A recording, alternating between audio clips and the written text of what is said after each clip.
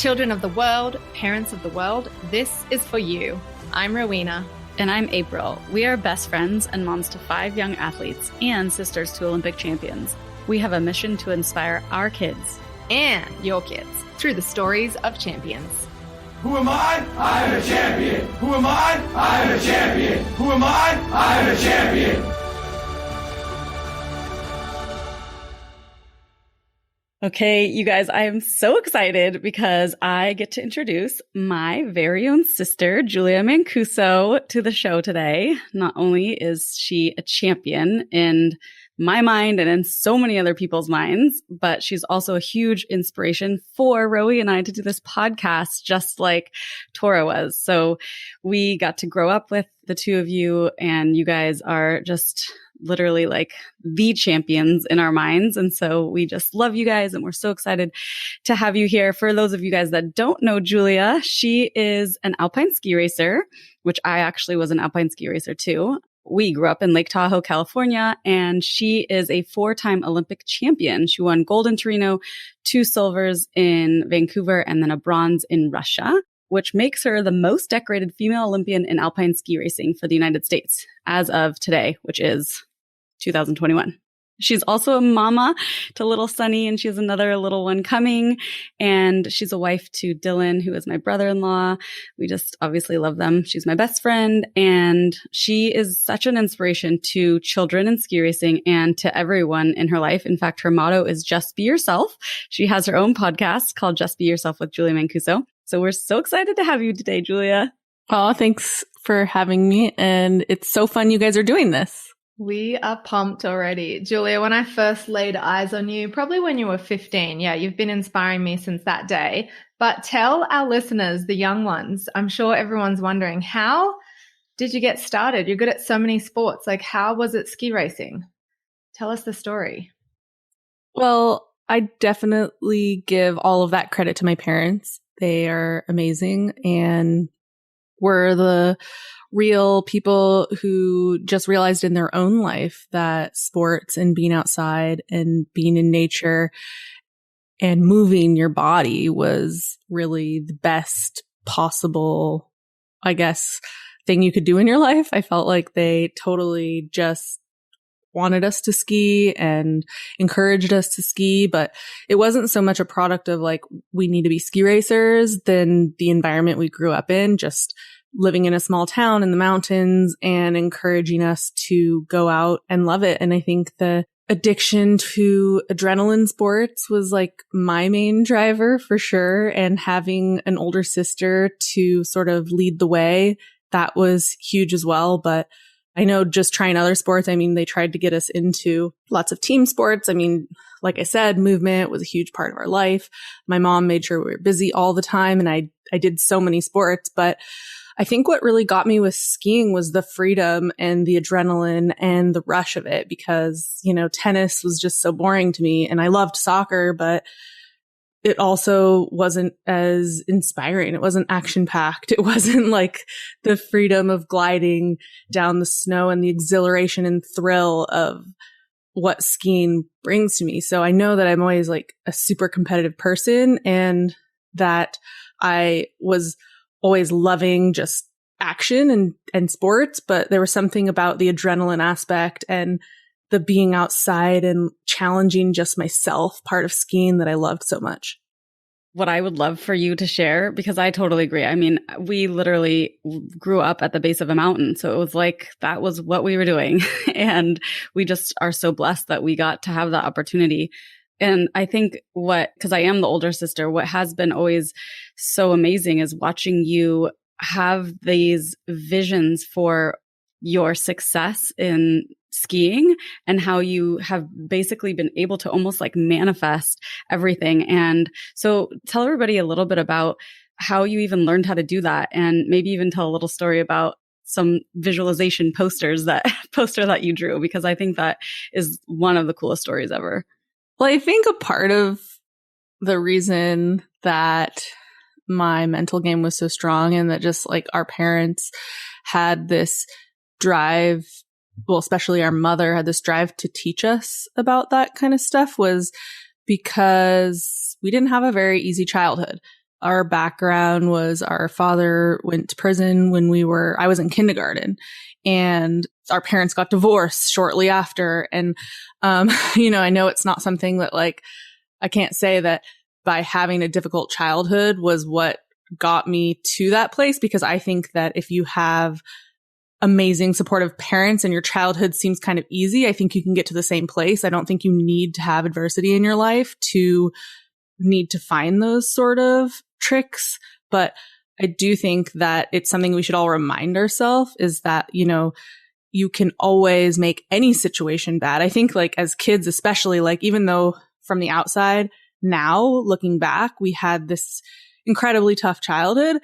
As a child, tough is all relative, right? Like spilling your milk can be just as tough as your parent going away to jail. And I know that sounds crazy, but it is. You don't know. You have no perspective as a child. So being able to take advantage of any adverse situation, no matter what people from the outside think is difficult, like only And so just really being able to stand up every day and be positive and know that you have a goal in the future. I think goal setting is really, really important.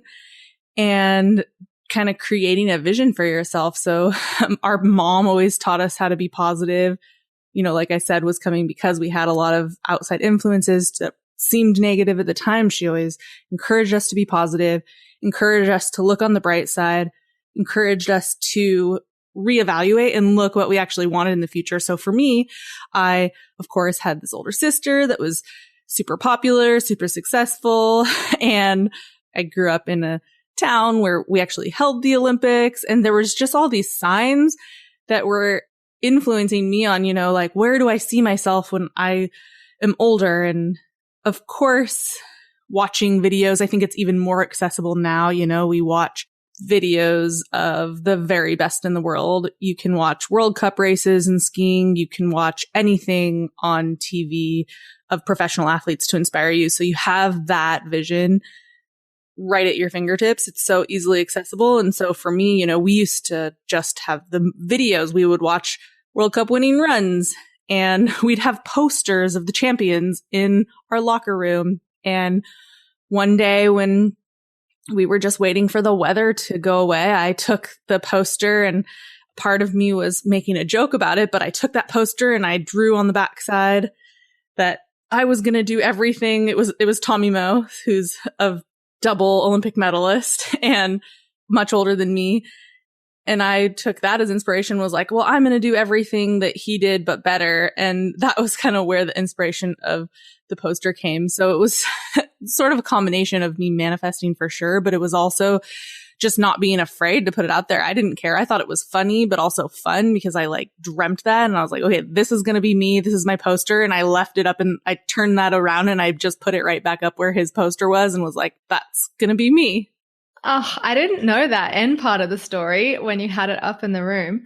I love that you talked earlier about you don't have to have a hard childhood to learn these habits. It's one of the reasons we are doing this podcast. We want the kids to plug in and listen to you guys. I think a lot of the stories of the champions we'll have on, they will talk about hard things in their childhood. And I think when things are hard, you got to dig down deep. Your mom, it sounds like taught you the habit of raising with your mind. And I wonder if when you have an easy childhood, you don't have to lean on those skills because you can kind of survive. Whereas you guys, you had to, otherwise you were, rock bottom. That's going to be interesting to see as we go along. But did you, Julia, when you put that poster up, did you have any people laughing at you or doubting you or telling you like, oh, nice one? Like, haters? I mean, I'm sure there were, but it was a funny, I don't actually remember. I just remember, to be honest, it might even have been flipped over. I could have drew it and put it up and they turned it around to Tommy Moe again. I don't remember. All I know is that after I won my gold medal, they still had the poster and, it was still up in the team room. We actually took it because we're like, oh, maybe we need to make sure this doesn't disappear. So we took it and got it framed. And now I have it in my childhood room at home. I have to do something with all of my memorabilia. Someday I will. Maybe it'll go back in the team room now that it's secure. But I don't really remember, I just I think like I was constantly kind of made fun of anyway because I was 4 years younger than my sister. She was awesome. I liked to cause trouble. And so I probably just ignored it. You know what's so cool? If you guys get a chance, you can go on YouTube and Google just like Julia Mancuso Visa poster, and you'll see there's a whole little commercial on it. So you can check it out because it is really cool. It's cool to see that what you visualized, you know? Yeah. And Morgan Freeman. Yeah. But he narrated that. So that's pretty cool too. That is cool. So get your coloring pens out, you guys listening. Make a poster. Seriously, the visualization is so key. Let's talk about actually that gold medal. Let's talk about how you have always just been able to, you're just like clutch when it really matters. And I think that is something that is really what people always want to know how to do. You know, everybody out there competing in sports are like, how do you do it when it really matters? Like, what are your tips or tricks or secrets about making it happen when it matters? Well, for sure, consistency. So to be honest, that day that I won the gold medal, it wasn't like that was the day I woke up and was like, I'm going to do this again today. I competed in every event in the Olympics. I actually passed on the slalom because I wanted to have extra energy, but I was slated to compete in that event as well. And I manifested every day. I went into the speed events just skiing so well. It wasn't the hill for me. It was a little flatter and I was a little smaller than the other athletes, and gravity does make a difference there. But I was skiing fast and my skis were fast and I was manifesting every day. I was putting everything into those moments. So I competed in 4 events at that time. Yeah, Super G. No, it was my 4th. So there's 5 events and I'd already competed in 3. And I manifested, did everything, should have won, should have at least gotten a medal. And then something went wrong. So by the time that GS race actually came to the date, it was snowing. We wanted to get out of there. There's like a ton of really long stories I could tell, but I just woke up that morning. I'm like, oh, it's snowing again. I hope that we actually have the race so I can go home. I'm so sick of being here. And everything went wrong. And so, you know, I forgot my credentials, which looking back, you know, it was Italy and I saw the same guards to go into the Olympic, you know, secure zone every day and sort of knew how to sneak past them. So I didn't get held back. But, you know, looking at other situations, I could have easily just been stopped there and not even been able to get in. So I basically made it in without a credential. April had to bring it to me later and throw it over the fence. It was dumping snow. It looked like, you know, if they hadn't have injected the whole hill with water, which is what they do to keep the snow in good shape. Like if they hadn't have done that, we probably wouldn't have raced because it snowed so much that night. It was dumping during the day. It was windy. It was stormy. And so my point is that on that day, it wasn't a perfect day. It was all the work that I'd put into the other days. It was the day after day of visualizing, knowing I can win no matter what kept me down, practicing that, like, I know I could be the best. And on that day, even though I didn't maybe practice that same exact routine, I had put all the work in and I still was super excited about my sport. I loved the skiing part. I was psyched to go out there and race when I actually got my turn too. But yeah, so I mean, like visualizing, it doesn't have to be that intense. It's like all of the moments that you put into working up into the moment that actually comes true. Like most of the time you look back and you're like, wow, I can't believe that worked. It's not like you are doing it in the moment. You're like, this is working. It's kind of like happens in a flash in an instant. And you realize, wow, like all of that hard work that I did put in, visualizing, planning on winning, seeing that success, it did finally work. It doesn't have to work every time, but if it works that one time that happens to be the Olympics, like it's pretty awesome. Pretty awesome. I've always admired you so much for, like, you talked about the consistency and the hard work. Like I saw that, but also you have this special spirit in the world of ski racing. I feel like this spirit of just like fun and joy. And it's kind of not like typical in our sport. You're probably more fit for a snowboarder, surfer, maybe. But tell us more about that, because I think that is a like habit, let's say, that I would want my kids to have anyway. After having a career of my own and watching yours, you definitely found the joy and the fun more than anyone I know. Tell us how you did that. Did someone teach you? I think that's also another just product of not having fun and wondering, what am I doing here? I had so many moments where it just felt like, okay, if skiing's not fun or being a professional athlete's not fun, then what am I doing it for? Because it's really hard work. You are accountable to so many people, and all you do is disappoint people pretty much the whole time. Because if you really think about it, like, only like the super duper legends win all the time, which even then they'll say like that they fail more than they win. Sports is a very crazy career. You really fail more than you succeed by huge amounts. And so you have to look at the big picture. For me, it was those moments where I was like, oh, that sucked. You know, I was bad, or talking bad about myself, or just being depressed, where I was like, well, was it fun?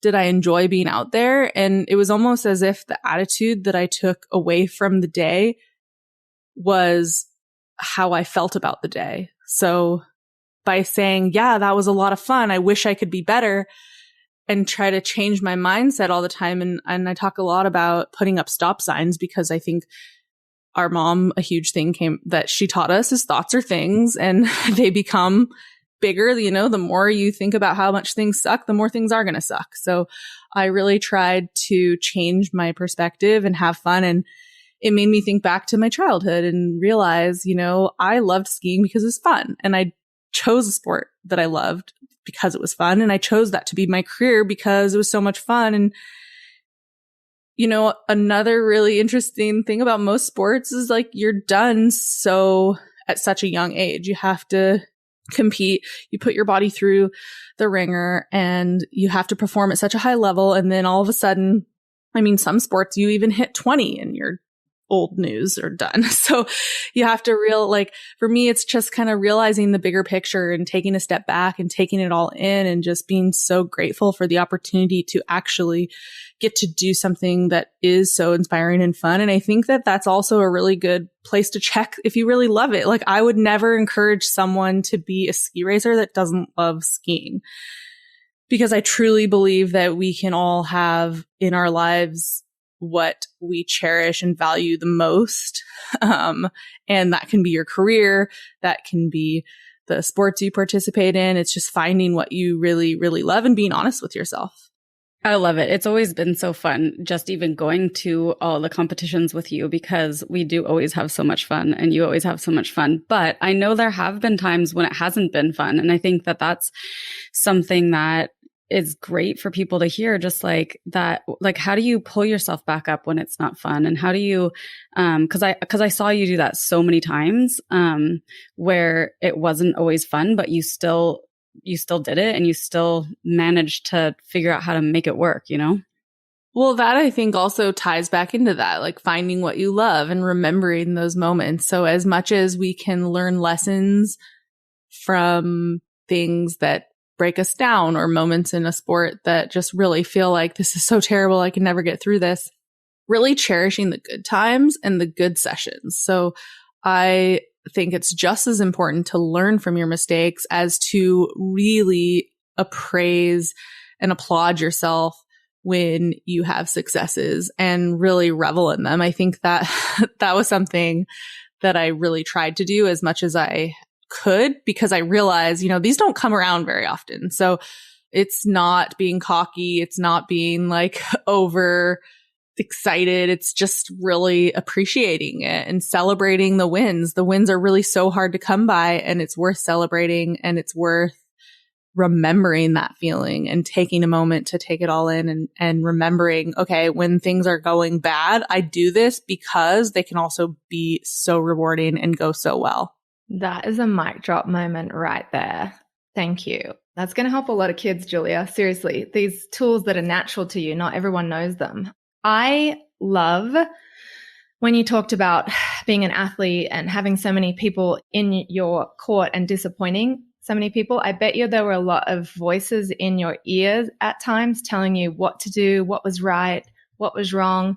Take us back to before the 2006 Olympics where you won the gold medal.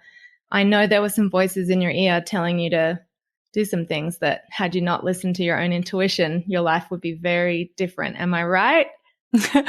Well, there's definitely been a lot of times in my career, actually. I feel like, I don't know if it's something that makes a successful athlete, but like sometimes when things are the most difficult, or like people who want to do things so much more differently, like to me, that is a really strong sign that they have a special work ethic, or like I applaud people that don't just go with the grain. I actually think it's great to go against the grain. I think that it's great to show personality. And even if it sometimes comes out in a way that people might look down upon, I think that it's just showing that you are confident in the ways that you're going to do it. And that doesn't mean that I don't believe in coaches or guidance. I think for sure that they can be your biggest ally and really help you and help pave the way to your success. But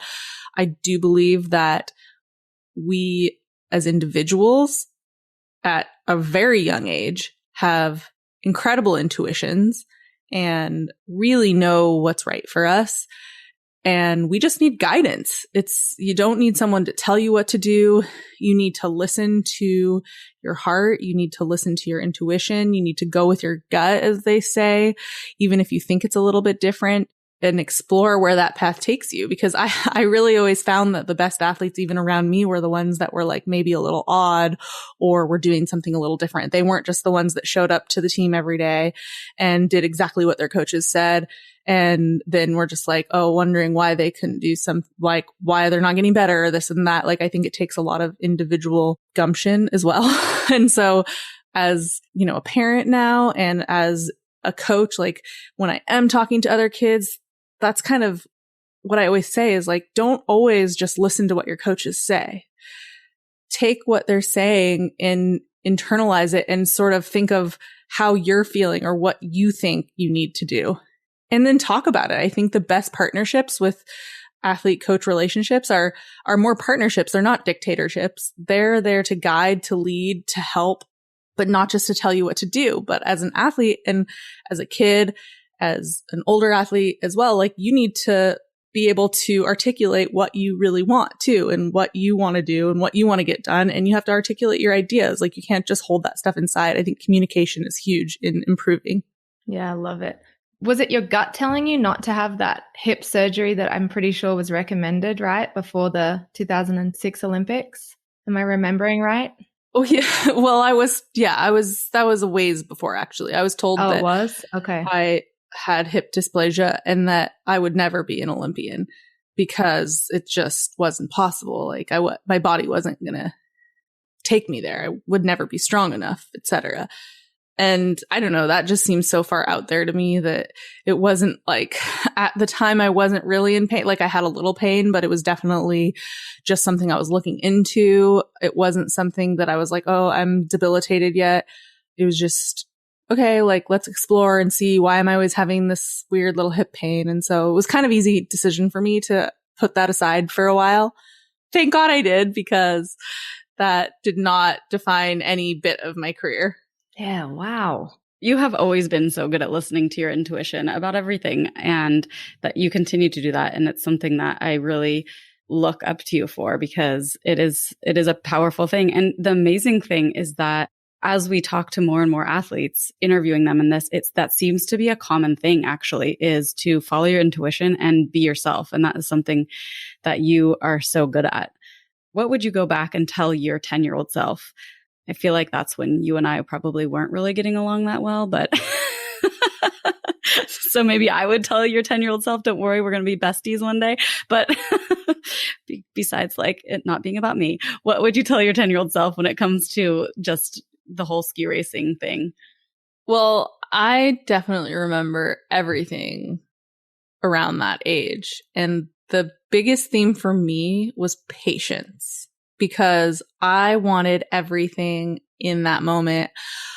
I don't know if you remember this, but I wanted to skip grades in school because I was like, this is stupid. I already know all this stuff. I needed it now. I wanted to like be out of school basically yesterday and everything, you know, I wanted to go to this ski camp or travel here, or I wanted to win already. And so I just really think patience is a huge, huge virtue. And that also goes along with, you know, putting the work in. It was like, okay, I've got it. I've done that already. Move on, instead of, okay, now let's work on your skills. I mean, another great analogy is in soccer, right? Like I was such a good soccer player. I loved it and I was super fast, but like it went from being, you know, at a young age, because I was fast, I was really good.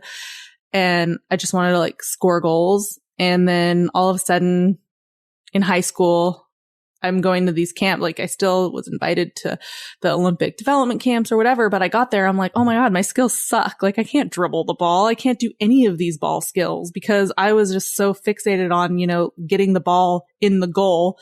And I didn't work on anything. I didn't spend the time working on anything. It was like, I'm fast. I can kick the ball. Like what else do I need to do?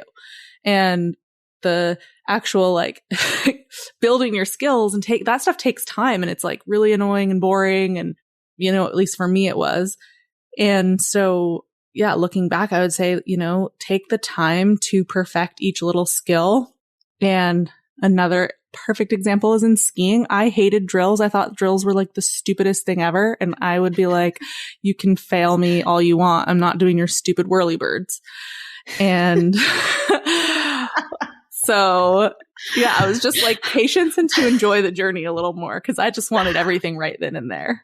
Oh I'm dying right now because my kids, you know, for those of you that don't know, I have a 10-year-old and a 6-year-old, and they at ski team this winter, my 6-year-old was like, they won't let me go to this next level until I do whirly birds. I do not like whirly birds. Why do you have to do them? And I was like, I have no idea.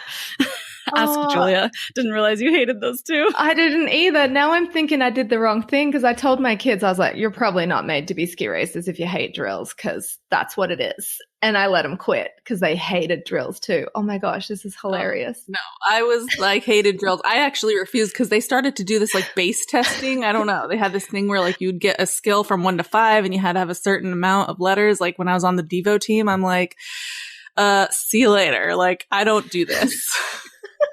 This is my favorite part ever. Sorry, coaches that are listening to this. No, but actually, though, looking back, though, like now, I'm like, why didn't? It's all because it's perspective. Like nobody told me that should be fun. Like looking now, like even with training, we were told like go squat a bunch of weight and do this, and I just think the perspective of it should change because I actually love working out. But if you asked me when I was 13 or being on the Devo team, I was like, screw that. I hate that kind of stuff. But then I started working with a trainer who knew me and got me, and like every workout was always different. And he would put in coordination stuff. And so it made me think like, okay, this is fun now. I want to do fun things. And it's the same thing with drills. When we started doing drills in a practical matter, we started putting stubbies that were in a course, like things that made sense to me to improve. Like I loved them. So I think that's kind of my point, is that patience, because like some of the stuff will totally suck and you're like, why am I doing this? Because we're trying to relate like, oh, you're doing this drill because you're going to be a better ski racer. But like, no, like you're doing this drill because it's really hard. You're working on your fine motor skills on your skis and like perfect it. It's going to be fun. So sometimes I think we like overlook that and you look too far. Like, I just don't think it's good to be like, oh, you're going to do a whirly bird because it's make you a better ski racer. That's bullshit. Like, excuse my language. Like, that's just not going to make you a better ski racer. It's going to make you a better overall skier and you're going to be really good at whirly birds, but it doesn't necessarily translate. So I think it should be more about take the patience and to learn to love all aspects of a sport, not just to think you're doing something because it's going to make you better. I think that's where we get a little lost, and where I would tell my 10-year-old self, like, let's make this all fun because those things are fun and you're going to be good at it. Yeah. Okay. I get it. We get it. This is good. Julia, you've talked about manifesting a lot, that word.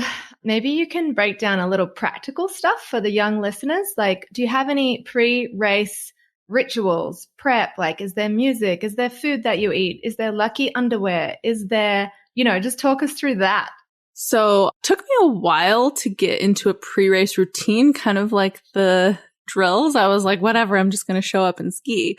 But it started to kind of make sense because some of the stuff intuitively that I was doing were actually things that I learned through routine to make me better. So just showing up or whatever, not thinking about it, was just continuing my flow state from the day and going into the race, which turned into, when I started to be a little bit more organized and prepped for my runs, that was like the main goal. Like, I think things kind of work in the opposite. Like, you might go through nervous phases when you're younger, but then you just kind of get used to the routine. But then the older you get, or maybe the more injuries you have, you start to have your mind starts to wander a little. So it was working on different tactics and techniques to basically clear my mind, and then just making sure that I was happy when I left the start gate, like getting rid of all the nerves, because I think that your body just vibrate at a higher level and things feel good when you're happy. And I believe in preparation. So doing all the visualization and stuff before, like, you don't do that the 1 minute before your run. You do that so many times in the hour leading into your run that you don't need to do it in the 5 minutes or even 10 minutes leading into your run. Maybe you do one last time when you're getting a course report from your coaches or going over the course with your coach, and then you kind of forget about it. And then you'll remember, right, when you get in the start gate with a clear mind and like an open spirit, you'll be able to kick out of the start gate and sort of your body will know what to do. Mm-hmm. Did you visualize kind of your life, not just skiing runs, but did you visualize at night and in the morning? Like, I'm curious how much of that you did. Well, it depends. I think if there was something really important. So for example, Olympics for me, I think the latest Olympics in Sochi, my last Olympics, is a perfect example. Things weren't going well for me. So I had to visualize every day because I was like, things are not going well on the hill. I need to visualize that I'm going to get there, because I knew, once again, I was trying to take the virtue of patience. I knew that, in December, things were going bad. They weren't getting better. January, the Olympics were just around the corner. And so, yeah, at that time, I knew that I had to visualize for things to get better because they just weren't going well. And I was double guessing and questioning everything from my equipment to just my preparation. And so I started a journal that was just writing down everything that I wanted to be true. And that was my manifestation. I was writing, my equipment is great for me. Everything works well. I am strong. I'm going to perform my best. And just like something really simple like that, because I needed that positive affirmation, and I needed the reaffirmation to get me through those hard times. And surprisingly, but also not surprisingly, it worked out in the end. I mean, it definitely could have been better because, looking back, I had a moment of weakness. I think I was so surprised that I was able to get a bronze medal in the very first competition in the combined there. But the downhill, that was my course. And I totally blew it on the downhill race day. One thing led to another. I was losing my focus and that. So, it just was, for me, I looked again, I'm like, yeah, I kind of like felt like I'd made it. And then I kind of let my guard down, like, oh, it's just going to happen. So it's another, example. You can't ever let your guard down. You have to be like super focused and make sure you commit to what you put out there and follow through. Oh my gosh, listening to you talk makes me want to go back. You guys, we had so much fun watching her ski race. I mean, some of the best times ever we're watching. We used to do fun Olympics at the Olympics. So we'd have our own competitions with, all the people watching, and we'd have like, kind of stupid things to do, but we had our own, it was so much fun. Just the best times ever. Okay. So we know we've taken a lot of your time. So we just have one last question that we love to ask everybody. What does being a champion mean to you? I say being a champion is putting it all out there, win or lose, at the end of the day, knowing that you did everything you could have possibly done and with a smile. That's what I believe a champion is.